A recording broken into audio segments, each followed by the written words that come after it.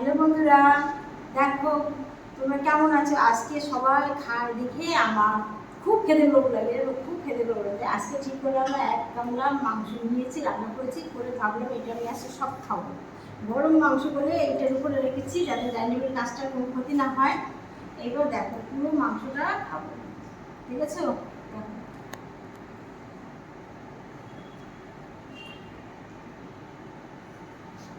1 গ্রামটা সব আমার।